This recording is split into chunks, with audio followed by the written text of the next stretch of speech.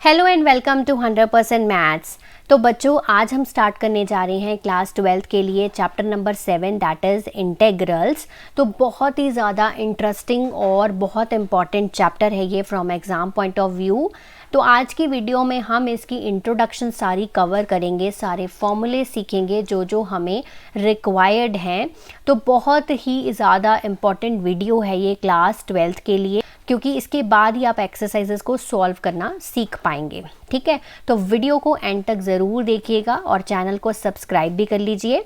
आइए video start करते हैं। तो स्टार्ट करते हैं आज की video with the general meaning of integration. तो ये जो वर्ड है इंटीग्रेशन, इसका जनरल मीनिंग हमारी इंग्लिश लैंग्वेज में क्या होता है? टू फॉर्म करना, टू कोऑर्डिनेट करना, टू यूनाइट मतलब इकट्ठा करना, to incorporate into a larger unit यानी कि छोटी छोटी चीज़ों को मिलाकर एक लार्जर यूनिट बनाना। ये होता है हमारा जनरल मीनिंग या basic meaning of integration, right. अब हमने क्लास 12th में ही हमने चैप्टर 5 और चैप्टर 6 पढ़ा है। चैप्टर 5 क्या था? Continuity and differentiability. चैप्टर 6 क्या पढ़ा हमने? एप्लीकेशन ऑफ डेरिवेटिव्स पढ़ा हमने। अब हम पहले डिफरेंशिएशन को रिवाइज करते हैं और फिर समझेंगे कि इंटीग्रेशन क्या होता है, क्योंकि ये दोनों आपस में एक दूसरे के साथ क्या हैं? रिलेटेड हैं। अब डिफरेंशिएशन क्या होती है? डिफरेंशिएशन एक प्रोसेस है जिसके थ्रू हम डेरिवेटिव को फाइंड आउट करते हैं, राइट। कोई फंक्शन है अगर हमारा f, अगर हमें उसका डेरिवेटिव फाइंड आउट करना है तो क्या करते हैं? d/dx। इस पूरी प्रोसेस को क्या बोला जाता है? डिफरेंशिएशन बोला जाता है, जिसको हमने ऑलरेडी चैप्टर 5 और चैप्टर 6 में पढ़ लिया है। अब बात आती है व्हाट इज़ इंटीग्रेशन। तो इंटीग्रेशन को एंटी डिफरेंशिएशन भी बोला जाता है, because it is a inverse process of differentiation. तो जो हम डिफरेंशिएशन में कर रहे थे उसका उल्टा प्रोसेस क्या है? इंटीग्रेशन या फिर एंटी डिफरेंशिएशन। क्लियर है? यहाँ पर क्या था? Process of finding derivative. यहाँ पर क्या हो जाएगा? Process of finding anti derivative. अगर एंटी डिफरेंशिएशन है तो एंटी डेरिवेटिव हम यहाँ पर फाइंड आउट करते हैं, या फिर इंटीग्रेशन वर्ड से उन्होंने लिया हुआ है इंटेग्रल। इसीलिए इस चैप्टर का नेम भी क्या है? Chapter 7 integrals. ओके, तो process of finding the anti derivative या फिर इंटेग्रल्स। ओके, अब यहाँ पर क्या करते थे? d/dx लिखते थे, क्योंकि डिफरेंशिएशन विद रिस्पेक्ट टू हमें क्या करनी है? x के साथ करनी है। यहाँ पर एक सिंबल यूज़ होता है इंटीग्रेशन में, वो कुछ इस तरह से ये सिंबल जो है वो यूज़ होगा। अंदर हम अपना फंक्शन लिखेंगे और किसके विद रिस्पेक्ट टू करनी है वो हम साथ में लिखेंगे। यहाँ हम नीचे लिखते थे ना, यहाँ हम साथ में लिखेंगे। ओके, क्लियर है यहाँ तक? Differences between differentiation and integration, इसको समझते हैं एक एग्जाम्पल के थ्रू। ठीक है, यहाँ पर एक फंक्शन मैं लेती हूँ जिसको मैं क्या करूँगी? डिफरेंशिएशन के प्रोसेस से करूँगी, फिर मैं उसको इंटीग्रेट करूँगी। ठीक है, राइट। तो हमारा जो कॉन्सेप्ट है वो क्लियर हो जाएगा। तो फंक्शन मैंने ले लिया, सपोज करो x की पावर 4। तो मुझे डिफरेंशिएशन करनी है विद रिस्पेक्ट टू x। तो मैंने क्या किया? df/dx अपना फंक्शन यहाँ पर पुट करूँगी, x की पावर 4। तो क्या होता है? d/dx ऑफ x की पावर 4 दैट इज़ 4x की पावर 3। यही होता है हमारा। ये हो गई डिफरेंशिएशन के थ्रू हमने डेरिवेटिव फाइंड आउट कर लिया। ये क्या आ गया? इसका डेरिवेटिव। और इस पूरी प्रोसेस को हमने क्या बोला? डिफरेंशिएशन। x की पावर 4 का डेरिवेटिव क्या है? 4x की पावर 3। ठीक है, अब मैं इसका जो डेरिवेटिव आया है इसका ही इंटीग्रेशन करूँगी। तो इसका मैंने क्या करा? इंटीग्रेशन करना है 4x की पावर 3 और साथ में मैं क्या लगाऊंगी? dx लगाऊंगी। ठीक है, तो क्या आ जाएगा आंसर? x की पावर 4। वो कैसे आया ये मैं आगे आपको बताऊंगी। फिलहाल के लिए समझो सिर्फ कि इसका जो डेरिवेटिव है इसको मैंने इंटीग्रेट करा तो मुझे वापस से मुझे क्या मिल जाएगा? वापस मुझे मेरा फंक्शन मिल जाएगा। प्लस मैं यहाँ पर c लगाऊंगी जिसको हम बोलते हैं कांस्टेंट ऑफ इंटीग्रेशन, और ये मस्ट है लगाना। ठीक है, मस्ट है लगाना। ये क्यों लगाते हैं, कब लगाते हैं, किसके साथ लगाते हैं, ये हम आगे डिस्कस करेंगे। फिलहाल के लिए सिर्फ हमें समझना ये ज़रूरी है कि डिफरेंशिएशन और इंटीग्रेशन आपस में क्या हैं? इन्वर्स प्रोसेसेस हैं।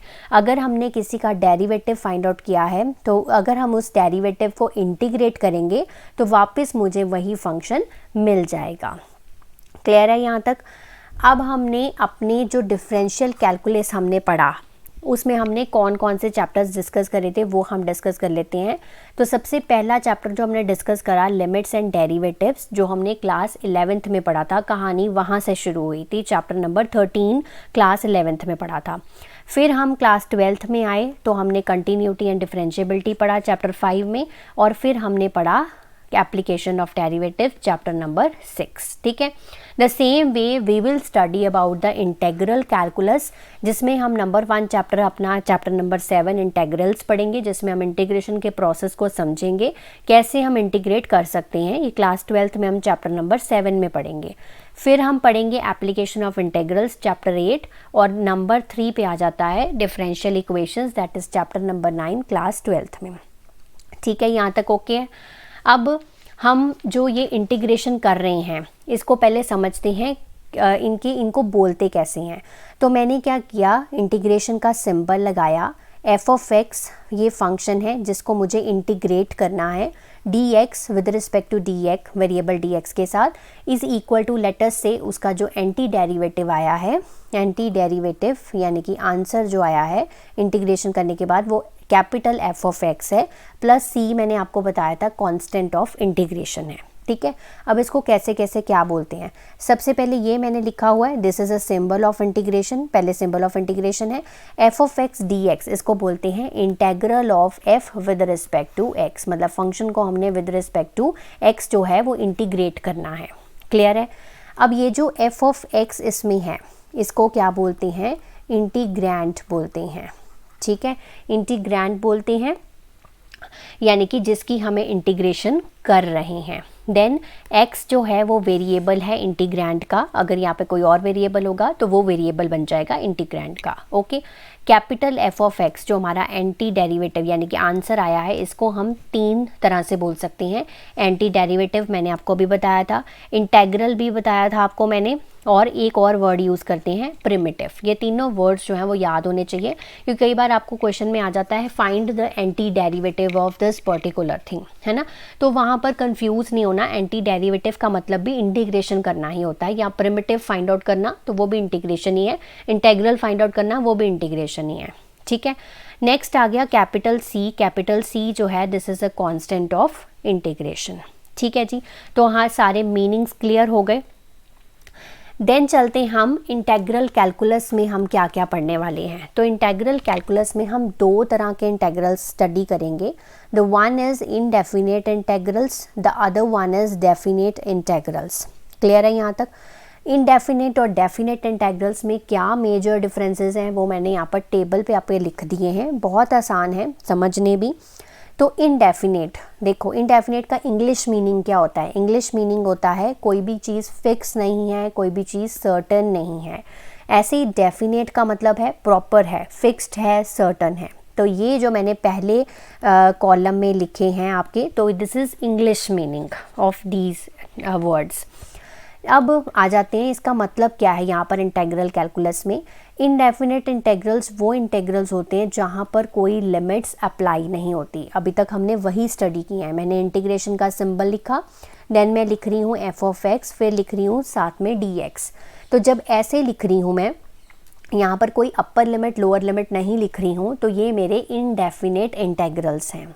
ठीक है, डेफिनेट वो होते हैं जहाँ पर अपर एंड लोअर लिमिट मेंशन होती है, यानी कि जहाँ पे मैं जैसे ए मेरी लोअर लिमिट है, बी मेरी अपर लिमिट है, ऐसे मैं मेंशन कर दूँ, फिक्स कर दूँ कुछ, तो लोअर एंड अपर लिमिट जहाँ मेंशन होंगे तो वो क्या बन जाएंगे, डेफिनेट इंटेग्रल्स बन जाएंगे। डिफरेंस क्लियर हो गया। एक और मेजर डिफरेंस है, वो आपको यहाँ पर पढ़ लो पर समझ बाद में आएगा। एक आर्बिट्री कांस्टेंट है, इस इंटेग्रल में हमें ऐड करना ही पड़ता है जब हम इनडेफिनेट इंटेग्रल्स की बात करते हैं, यानी कि हम ऐसा वाला कोई इंटेग्रल सॉल्व करते हैं तो जो उसका आंसर आता है, जैसे सपोज करो उसका आंसर एफ ऑफ एक्स आया, कैपिटल एफ ऑफ एक्स, उसमें हमें कांस्टेंट ऑफ इंटीग्रेशन ऐड करना पड़ता है, और डेफिनेट इंटेग्रल्स में हम ऐड नहीं करते हैं। इसका रीज़न मैं आगे बताने जा रही हूँ आपको। तो चलिए अब इस क्वेश्चन का आंसर करते हैं कि हम इनडेफिनेट इंटेग्रल्स में कांस्टेंट ऑफ इंटीग्रेशन को ऐड क्यों करते हैं और डेफिनेट इंटेग्रल्स में कांस्टेंट ऑफ इंटीग्रेशन ऐड क्यों नहीं करते हैं। ठीक है, इसको समझने के लिए हम एक लेंगे एग्जाम्पल। तो अगर हमारे पास कोई फंक्शन है एक्स स्क्वायर, तो मुझे इसका डेरिवेटिव अगर मैं फाइंड आउट करूँ तो वो आ जाता है 2x, राइट, ये तो सिंपल है। फिर अगर मैं इंटीग्रेशन कर दूँ इसी 2x dx की, तो वापस मुझे क्या मिल जाएगा, एक्स स्क्वायर मिल जाएगा, क्योंकि मैंने बताया कि डिफरेंशिएशन और इंटीग्रेशन प्रोसेस आपस में क्या है, इन्वर्स प्रोसेसेस हैं। ठीक है, अब अगर इसी फंक्शन को मैं थोड़ा सा मोल्ड अप कर दूं, अगर मैंने यहाँ पर एक्स स्क्वायर प्लस 2 ले लिया, ठीक है, तो मुझे इसका अगर डेरिवेटिव फाइंड आउट करना है एक्स स्क्वायर प्लस 2 का, तो क्या होगा 2x प्लस 0, क्योंकि कांस्टेंट का डेरिवेटिव क्या होता है, 0 होता है। इतनी बात तो क्लियर है। अब अगर यहाँ पर मैं लिखूँ 2x dx की इंटीग्रेशन क्या हो सकती है, एक्स स्क्वायर प्लस 2 भी तो हो सकती है, बिल्कुल हो सकती है, कोई प्रॉब्लम नहीं है। अब अगर इसी फंक्शन को मैं थोड़ा सा और मोल्ड अप कर दूं, और मैंने ले लिया यहाँ पर 50, ठीक है, एक्स स्क्वायर प्लस 50। अब जब मैं इसका डेरिवेटिव फाइंड आउट करूँगी तो आप देखोगे कि यहाँ पर फिर से 2x प्लस 0 आ रहा है ना, क्योंकि 50 एक कांस्टेंट है और कांस्टेंट का डेरिवेटिव क्या होता है, 0 होता है। अब 2x dx की इंटीग्रेशन को मैं क्या लिख सकती हूँ, एक्स स्क्वायर प्लस 50 लिख सकती हूँ। तो यहाँ पर तो देखो मेरे पास 3 आंसर्स बन गए, यानी कि मैं 2x dx की इंटीग्रेशन को एक्स स्क्वायर भी लिख सकती हूँ, 2x dx की इंटीग्रेशन को मैं एक्स स्क्वायर प्लस 2 लिख सकती हूँ, 2x dx की इंटीग्रेशन को मैं एक्स स्क्वायर प्लस 50 भी लिख सकती हूँ। ऐसे तो कोई भी नंबर हो सकता है।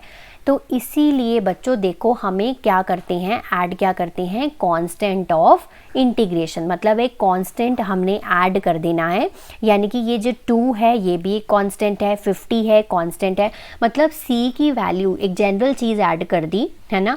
तो उसका मतलब है कि जनरल चीज़ जब हमने ऐड कर दी तो उसकी वैल्यू जो है वो कुछ भी हो सकती है, 1000 भी हो सकती है, 10,000 भी हो सकती है, ठीक है ना, 50 भी हो सकती है, 200 भी हो सकती है, कुछ भी हो सकती है। इसीलिए जब हम कोई भी इनडेफिनेट इंटीग्रल को सॉल्व करते हैं तो we always add the constant of integration, ठीक है। इसीलिए इसकी इंटीग्रेशन अकेली एक्स स्क्वायर नहीं लिखी जाती, वो लिखी जाती है x square plus c. So I hope ये कॉन्सेप्ट आपको क्लियर हो गया होगा, क्यों हम कांस्टेंट ऑफ इंटीग्रेशन को ऐड करते हैं, ठीक है जी। अब डेफिनेट इंटीग्रल्स की बात करें तो वहाँ पर अगर कांस्टेंट ऑफ इंटीग्रेशन हम क्यों नहीं ऐड करते, यही क्वेश्चन है हमारा। तो डेफिनेट इंटीग्रल्स अगर हम लें तो अगर मैंने लिया 2x dx की मुझे इंटीग्रेशन करनी है, और यहाँ पर मैंने अपर लिमिट और लोअर लिमिट यहाँ पर बता दी, 1 मेरी लोअर लिमिट है, 2 मेरी अपर लिमिट है। डेफिनेट इंटीग्रल्स यही होते हैं, ठीक है।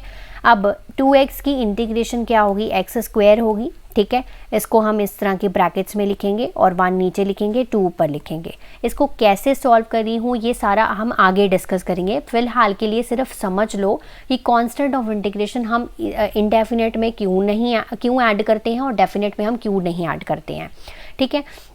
तो x की जगह पे 2 पुट करो तो 2 का स्क्वायर माइनस 1 का स्क्वायर, ऐसे ही सॉल्व करते हैं। सो 4 माइनस 1 इज इक्वल टू 3, यानी कि इस पर्टिकुलर इंटीग्रल का जो डेफिनेट इंटीग्रल है इसका आंसर क्या आ रहा है, 3 आ रहा है। तो ये हर बार चेंज होगा क्योंकि हमारी अपर लिमिट और लोअर लिमिट डिफरेंट होगी, तो ये तो एक नंबर आ रहा है आंसर में, तो इसमें इसीलिए कांस्टेंट ऑफ इंटीग्रेशन ऐड नहीं किया जाता, because on solving it gives a definite result देता है ये हमें, ठीक है। और जो इनडेफिनेट इंटीग्रल्स हैं इसमें हमारा कोई ऐसे नंबर वगैरह नहीं आता है, इसीलिए हम यहाँ पर कांस्टेंट ऑफ इंटीग्रेशन को ऐड ऑन करते हैं। तो नेक्स्ट टॉपिक पे मूव ऑन करते हैं, that is geometrical interpretation of indefinite integrals. अब जो इनडेफिनेट इंटीग्रल्स होते हैं जिनकी अपर और लोअर लिमिट मेंशन नहीं होती, वो क्या करते हैं, फैमिली ऑफ फंक्शंस को रिप्रेजेंट करते हैं जिनके डेरिवेटिव्स क्या होते हैं, सेम होते हैं, है ना। अभी हमने पढ़ा कि जिनके अगर हम एक्स स्क्वायर की डेरिवेटिव करते हैं, D by D x of x square करते हैं तब भी उसका डेरिवेटिव 2x आता है। अगर हम एक्स स्क्वायर प्लस 50 का डेरिवेटिव कर रहे हैं तब भी उसका आंसर क्या आ रहा है, 2x आ रहा है। तो जिनके डेरिवेटिव सेम होते हैं इनडेफिनेट इंटीग्रल्स उस फैमिली ऑफ फंक्शंस को क्या करते हैं, रिप्रेजेंट करते हैं। और किसी भी दो फंक्शंस के बीच का जो डिफरेंस होता है वो क्या डिफरेंस है, सिर्फ एक कांस्टेंट का डिफरेंस है। जैसे यहाँ देखो, यहाँ पर कांस्टेंट क्या था, 0, यहाँ पर कांस्टेंट क्या है, 50, तो सिर्फ एक कांस्टेंट का ही फ़र्क होता है। इसको समझने के लिए आपकी बुक में एक यहाँ पर डायग्राम बना हुआ है। सपोज एक फंक्शन है हमारा एक्स स्क्वायर, ठीक है, या फिर एक्स स्क्वायर प्लस 1, या फिर एक्स स्क्वायर प्लस 2, या फिर एक्स स्क्वायर प्लस 3, ऐसे नीचे एक्स स्क्वायर माइनस 1। तो ये जो फैमिली ऑफ कर्व्स को क्या करते हैं, रिप्रेजेंट करते हैं। किसी भी दो फंक्शंस के बीच में जो डिफरेंस है वो सिर्फ किसका है, कांस्टेंट का डिफरेंस है, चाहे वो ऐड हो रहा है चाहे वो सब्ट्रैक्ट हो रहा है। ठीक है जी। अब यहाँ पर नेक्स्ट टॉपिक पे मूव ऑन करते हैं, that is properties of indefinite integrals, very very important. तो नंबर 1 प्रॉपर्टी जो है वो क्या है, the process of differentiation and integration are inverse of each other. तो बहुत सारी एग्जांपल्स भी अभी हमने डिस्कस कर लिया कि अगर जो d/dx ऑफ fx है वो अगर f' है, तो f' को अगर हम इंटीग्रेट करेंगे तो वापस से हमें फंक्शन मिल जाएगा। एक एग्जाम्पल लेके कर लेते हैं, ठीक है। अगर हम d/dx कर रहे हैं एक्स क्यूब का, तो 3x² आएगा, ठीक है। और वापस 3x² को अगर हम क्या कर रहे हैं, इंटीग्रेट कर रहे हैं, तो we will get the x³ plus constant of integration, ठीक है। c is an arbitrary constant. Clear. Number 2 property क्या कहती है, 2 इंडेफिनिट इंटेग्रल्स। तो कोई भी दो indefinite integrals with the same derivative lead to the same family of curves, so they are equivalent. अगर कोई दो फंक्शंस हैं, दोनों के सेम डेरिवेटिव हैं, यानी कि f ऑफ x और g ऑफ x अगर दो फंक्शंस हैं, दोनों के सेम डेरिवेटिव है, तो वो सेम फैमिली को बिलोंग करते हैं, सेम फैमिली ऑफ कर्व्स को बिलोंग करते हैं, और वो दोनों भी क्या होंगे, बराबर होंगे। ठीक है, जब यूज़ होगा तब आपको बताऊंगी, फिलहाल के लिए सिर्फ इतना समझ लीजिए। नंबर 3 प्रॉपर्टी क्या कहती है, अगर हमारे पास कोई दो फंक्शंस हैं f ऑफ x और g ऑफ x, तो उनकी हम इंटीग्रेशन इस तरह से सेपरेट कर सकते हैं। देखो, integration of f of x dx, integration of gx of dx। ठीक है जी। नंबर 4 प्रॉपर्टी क्या कह रही है, for any real number k, अगर k कोई कांस्टेंट है तो हम उसे इंटीग्रेशन के सिंबल के बाहर ले सकते हैं। जैसे हम डेरिवेटिव सॉल्व करते थे, तो कोई भी अगर कांस्टेंट होता था, अगर 4x² का कर रहे हैं, 4 कांस्टेंट है तो 4 को हम बाहर ले सकते हैं। The same way we can do in the integration, integration में जो कांस्टेंट है उसको हम बाहर निकाल सकते हैं। ठीक है। नंबर 5 प्रॉपर्टी, अगर हमारे पास k1 f1x, k2 f2x, तो k1 k2 क्या है, kn क्या है, कांस्टेंट्स हैं, तो इनको हम इंटीग्रेशन के सिंबल से बाहर लिख सकते हैं। तो k1 मैंने बाहर लिख लिया, और इनको अलग अलग कर सकते हैं, integration of f1x dx, k2 integration of f2 dx, इसी तरह से चलता रहेगा। तो ये है हमारी properties of indefinite integrals. So the last thing we need to discuss in this video is some important formulas। तो अगर आपको डिफरेंशिएशन वाले फॉर्मूलाज यानी कि प्रोसेस ऑफ फाइंडिंग डेरिवेटिव्स वाले फॉर्मूलाज याद हैं, तो बस अब उनको उल्टे करते जाना है, तो we can find the anti derivatives या फिर इंटेग्रल्स। क्लियर। अब डेरिवेटिव्स में नंबर 1 फॉर्मूला क्या होता है, x की power n+1 divided by n+1, तो हमें क्या मिलता है, x की पावर n मिलता है। द सेम वे अगर हम इंटीग्रेशन कर दें x की पावर n की, तो वो क्या होती है, x की power n+1 divided by n+1, और प्लस c तो लगाना ही लगाना है क्योंकि ये इनडेफिनिट इंटेग्रल्स हैं। ठीक है। पर्टिकुलरली अगर हम नोट करें तो हम करते थे differentiation of x with respect to x is 1, है ना। अब यहाँ पर ये जो 1 है ये बहुत इंपॉर्टेंट है, 1 को हम ऐसे लीव नहीं कर सकते। अगर यहाँ पर 1 dx है तो इसकी इंटीग्रेशन क्या हो जाएगी, x प्लस c। ठीक है ना। वहाँ पर क्या था, कांस्टेंट की इंटीग्रेशन 0 होती है, और सेम वेरिएबल हो तो उसकी इंटीग्रेशन 1 हो जाती है। तो यहाँ पर हम इसको अवॉइड नहीं कर सकते, तो 1 की इंटीग्रेशन क्या होगी, जौन से वेरिएबल के विद रिस्पेक्ट टू होगी वही वेरिएबल यहाँ पर आ जाएगा। क्लियर है यहाँ तक। अब चलते हैं नंबर 2 फॉर्मूला पे। sin x की डेरिवेटिव क्या था, cos x था।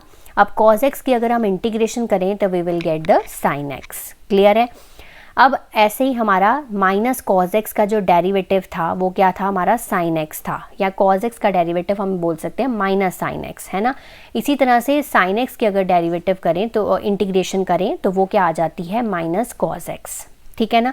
तो अब यहाँ पर सिर्फ उसको क्या करते जाना है, उल्टे करते जाना है। नंबर 4 इज tan x की डेरिवेटिव secant स्क्वायर x होता है, secant स्क्वायर की इंटीग्रेशन करें तो वापस हमें tan x मिल जाएगा। द सेम वे माइनस कॉट एक्स का डेरिवेटिव कोसेकेंट स्क्वायर एक्स होता है।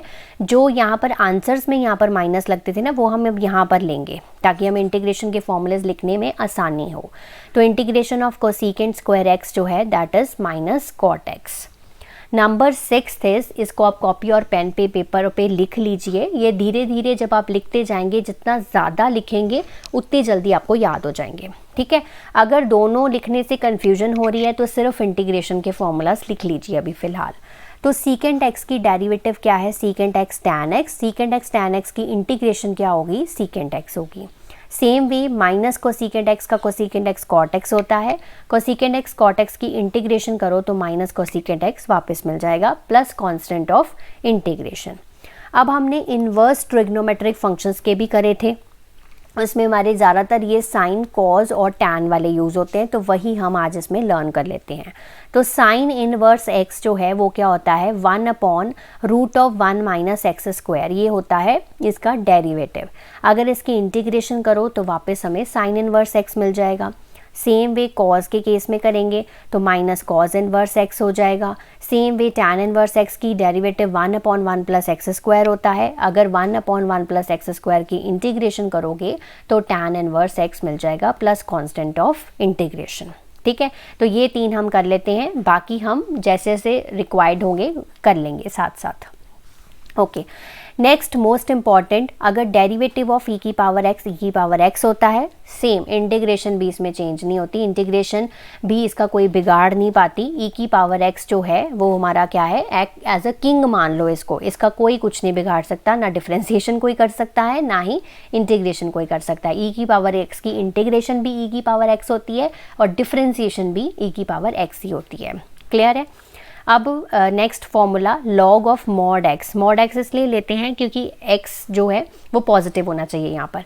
तो लॉग एक्स का जो डेरिवेटिव होता है वो 1/x होता है। 1/x का डेरिवेटिव लॉग मॉड एक्स होता है plus constant of integration. Next formula, last formula आज की वीडियो का, a की power x divided by log a की जो डेरिवेटिव है वो a की पावर x होता है। a की पावर की x की इंटीग्रेशन क्या होती है, a की power x divided by log a plus constant of integration. Clear. तो ये सारे फॉर्मूलाज जो हैं वो अपनी कॉपी में नोट डाउन कर लीजिए, जितने मैंने आपको यहाँ पर करवाए हैं। इसको बार बार प्रैक्टिस करिए, लर्न करिए। नेक्स्ट वीडियो में करेंगे हम एक्सरसाइज को सॉल्व। तब तक आप इसको प्रैक्टिस करिए, रिवाइज करिए। Have a nice day to all of you.